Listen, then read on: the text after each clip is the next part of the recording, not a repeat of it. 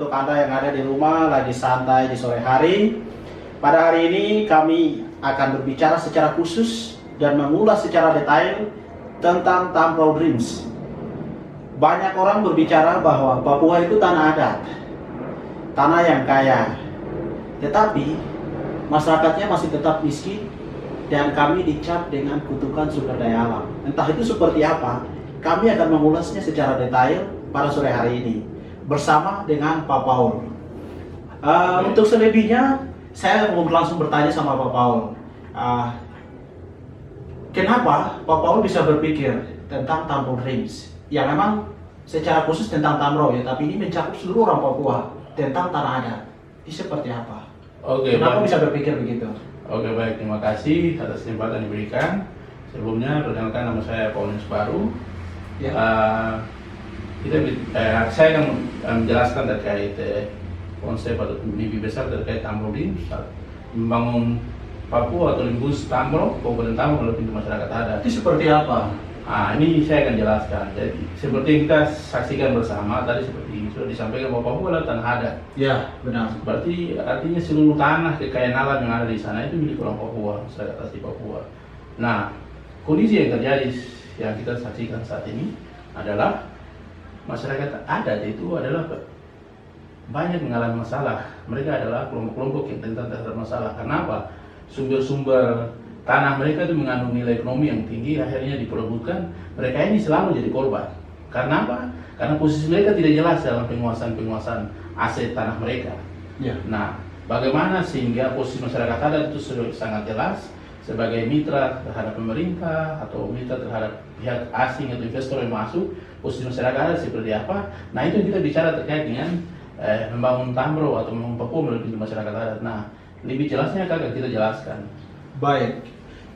Sejak kapan Pak Paul mulai berpikir tentang membangun Tambrau atau membangun Papua melalui pintu adat? Ini pengalaman saya sejak kuliah S1 di geologi, hampir keliling Papua, kita terbang sampai tambang di mana-mana. Oke, baik, terima kasih. Saya akan mempresentasikan konsep besar bagaimana Tambrau Dreams membangun Tambrau atau Papua melalui pintu masyarakat adat.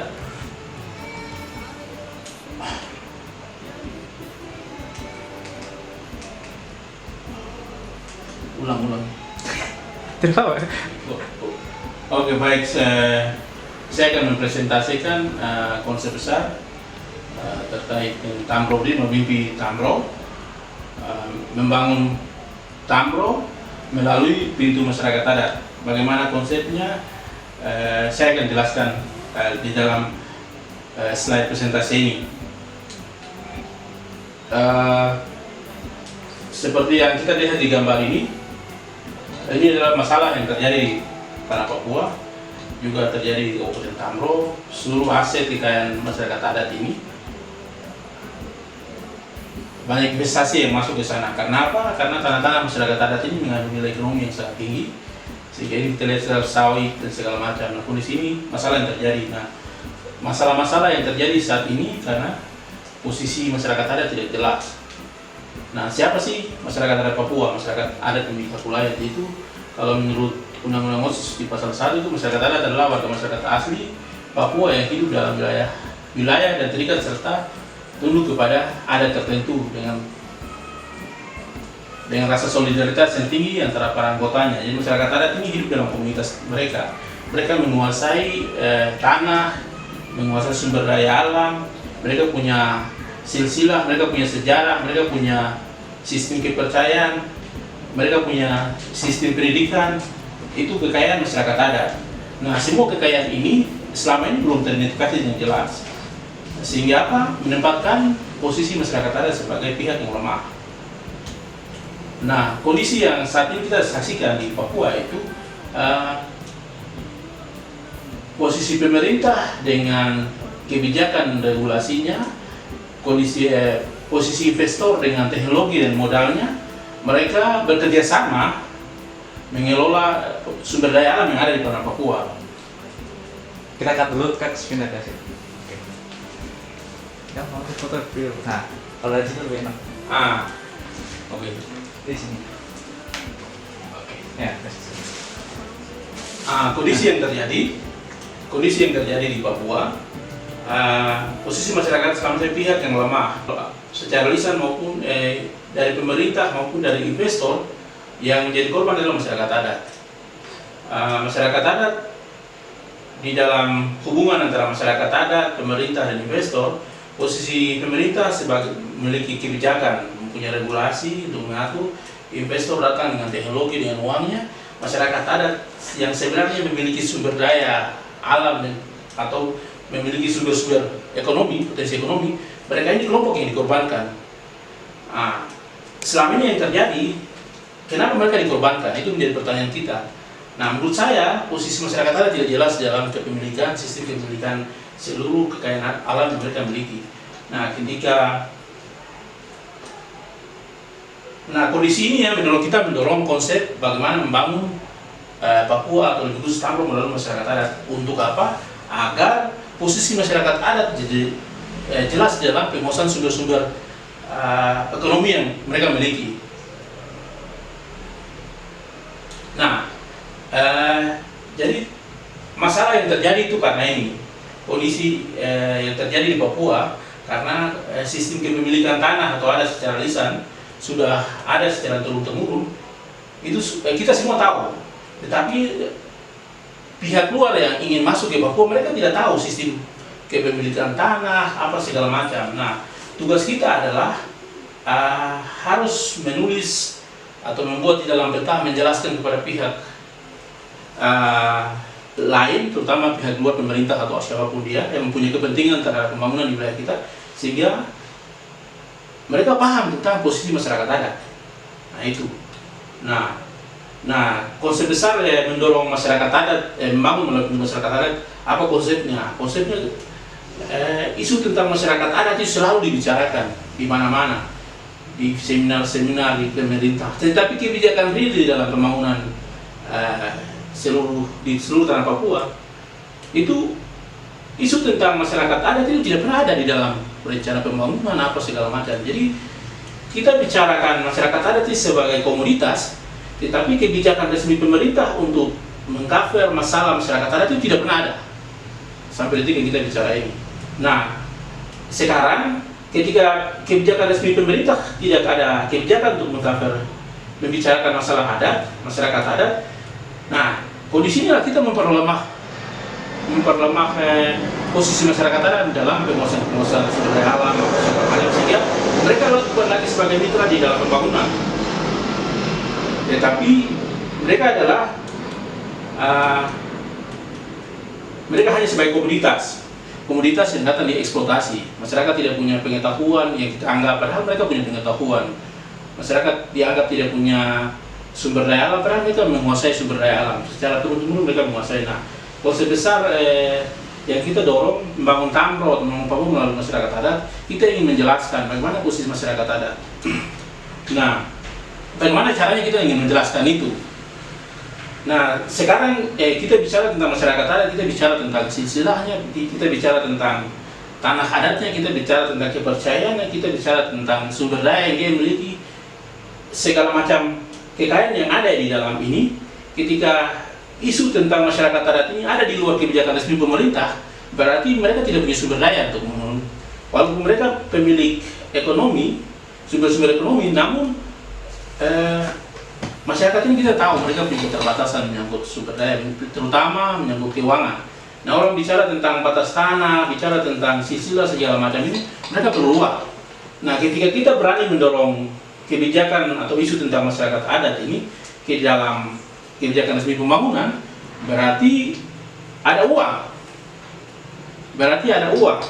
Ada uang yang pemerintah taruh resmi, sehingga masalah-masalah yang menyangkut masyarakat adat ini dibicarakan. Ada pihak akademisi, LSM, mahasiswa, kelompok-kelompok mendampingi masyarakat untuk membicarakan posisi masyarakat adat ini.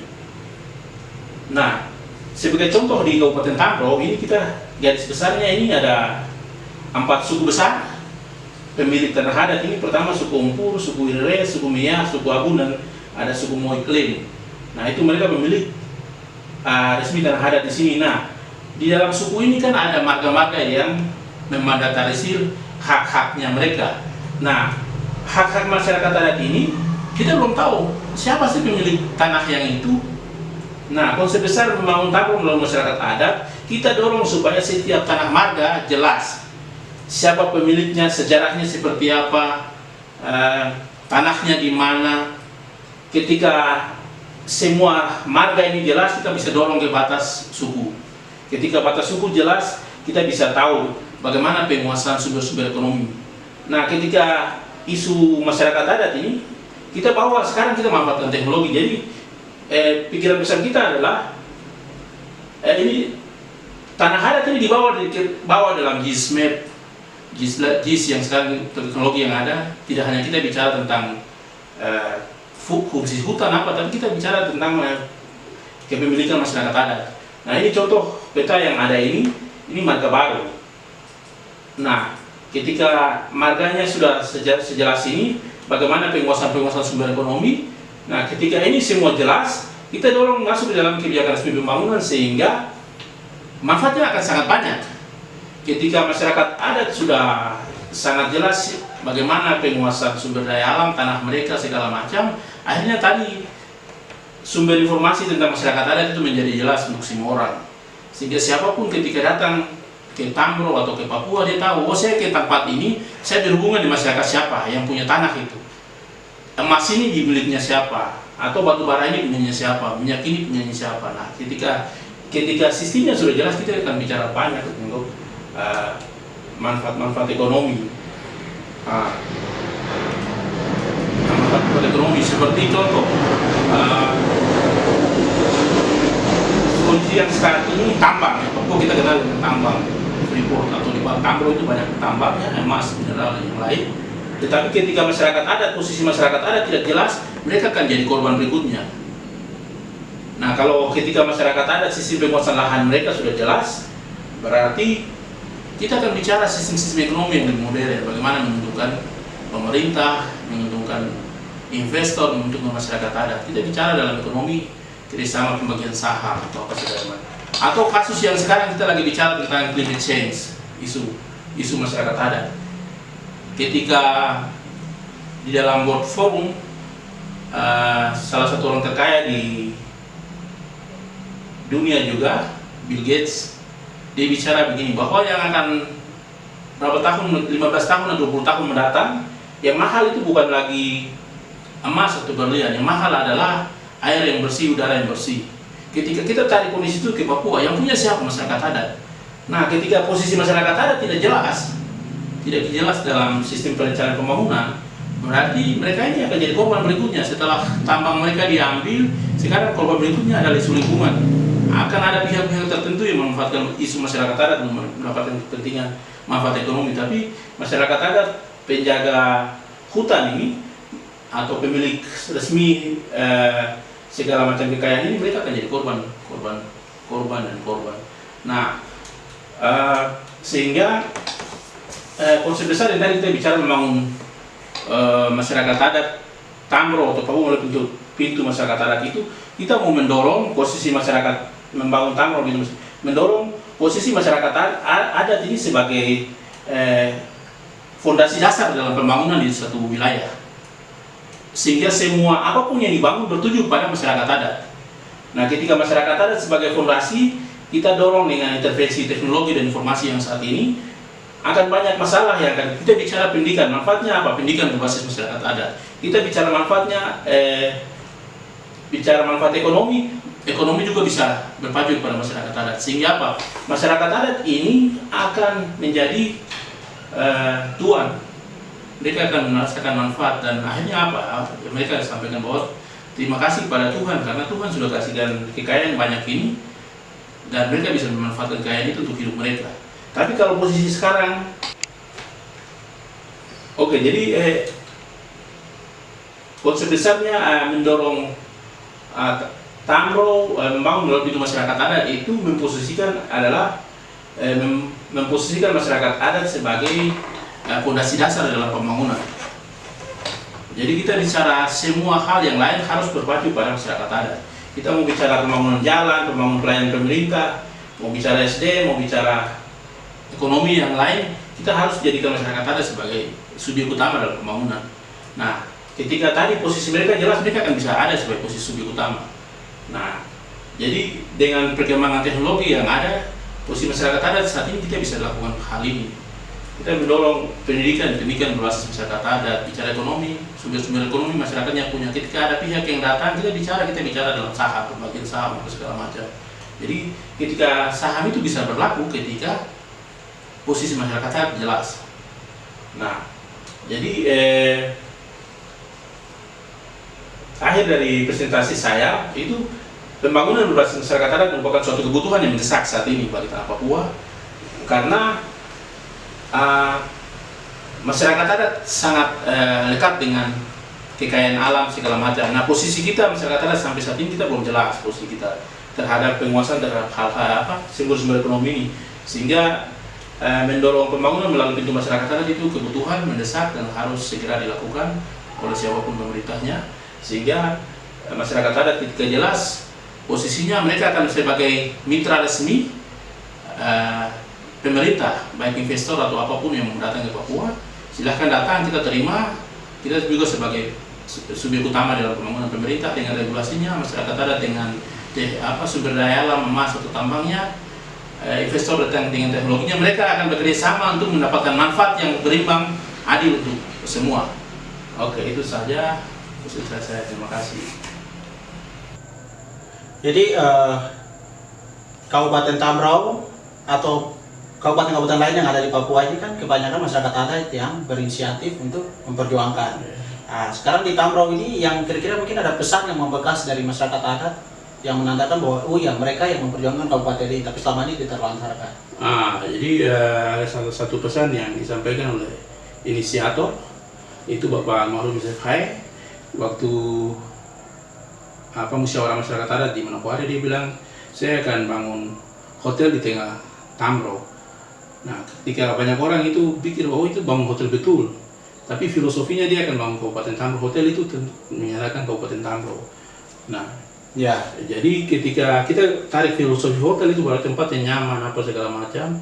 Nah, keinginan para pendiri itu bahwa mendirikan rumah yang nyaman untuk semua orang. Nah, rumah yang nyaman itu bicara tentang pelayanan, bicara tentang pendidikan, bicara tentang ekonomi yang berpihak pada orang Tambrau. Nah, itu rumah yang nyaman. Nah, kondisi sekarang ini posisi itu belum, walaupun pemerintah kita tahu itu akan berproses, namun kebijakan resmi masyarakat adat itu terutama menyangkut lembaga itu harus didorong. Berarti artinya ini kita sudah mau di penghujung dari diskusi kita di sore hari ini, dan yang menjadi intinya adalah untuk membangun Papua itu harus memperjelas posisi masyarakat adat. Ya, setuju, sangat setuju. Posisi masyarakat adat, dan masyarakat adat ini adalah pemilik tunggal dari setiap sepenggal tanah yang ada di Papua. Benar, sangat. Oleh karena itu, ketika tanah ini dimanfaatkan, berarti manfaat ekonominya itu harus masyarakat adat dapat demi kesejahteraan mereka. Ya, setuju. Dan untuk Tambrau ke depan, masyarakat adat harus mendapat posisi yang jelas melalui lembaga masyarakat adat atau melalui forum-forum tertentu dengan kebijakan yang didukung dengan perda yang terus membantu dan memacu, sehingga Tambrau yang dijuluki sebagai kabupaten konservasi itu mempunyai nilai plus di mata dunia internasional. Ini artinya sebelum kita close, ini kan kita mau tutup. Ya. Tapi kira-kira kesimpulan dari diskusi kita hari ini dan untuk tindak lanjuti ke depannya seperti apa? Oke, baik. Jadi ini isu yang sangat menarik dan saya pikir ini perlu kerjasama untuk semua orang terlibat. Dan langkah yang akan kita dorong selanjutnya itu bagaimana membentuk lembaga masyarakat Tambrau. Nah, di Kabupaten Tambrau, panitianya sudah terbentuk dan lembaga ini akan ke depan kita sama-sama seluruh anak Tambrau mengisi kekosongan tadi. Isu-isu besar saya bicara tentang ekonomi masyarakat adat, siapa sih belajar tentang ekonomi masyarakat adat? Nah, ini sesuatu yang kita bicara masyarakat, tapi kita akan tetap perjuangkan minimal sementara ini kita akan dorong terus. Kita akan coba, saya sendiri sementara lagi konsen terkait itu, bagaimana menulis minimal 2 tahun ke depan kita coba luncurkan buku terkait dengan Tambrau Dreams itu, bagaimana seperti apa segala apa, sehingga keren. Jadi kalau diluncurkan buku berarti ini kan kita masih sebatas diskusi ya. Iya. Berarti ke depan ada penelitian. Jadi pemirsa, ini kami tidak hanya sebatas bicara di sini ya. Tapi ke depan kami akan melakukan penelitian dan membuktikan kalau apa yang kami bicarakan ini benar adanya. Terima kasih. Nah, itu mimpi besar kita. Mari kita bergandeng tangan, kita bicara tentang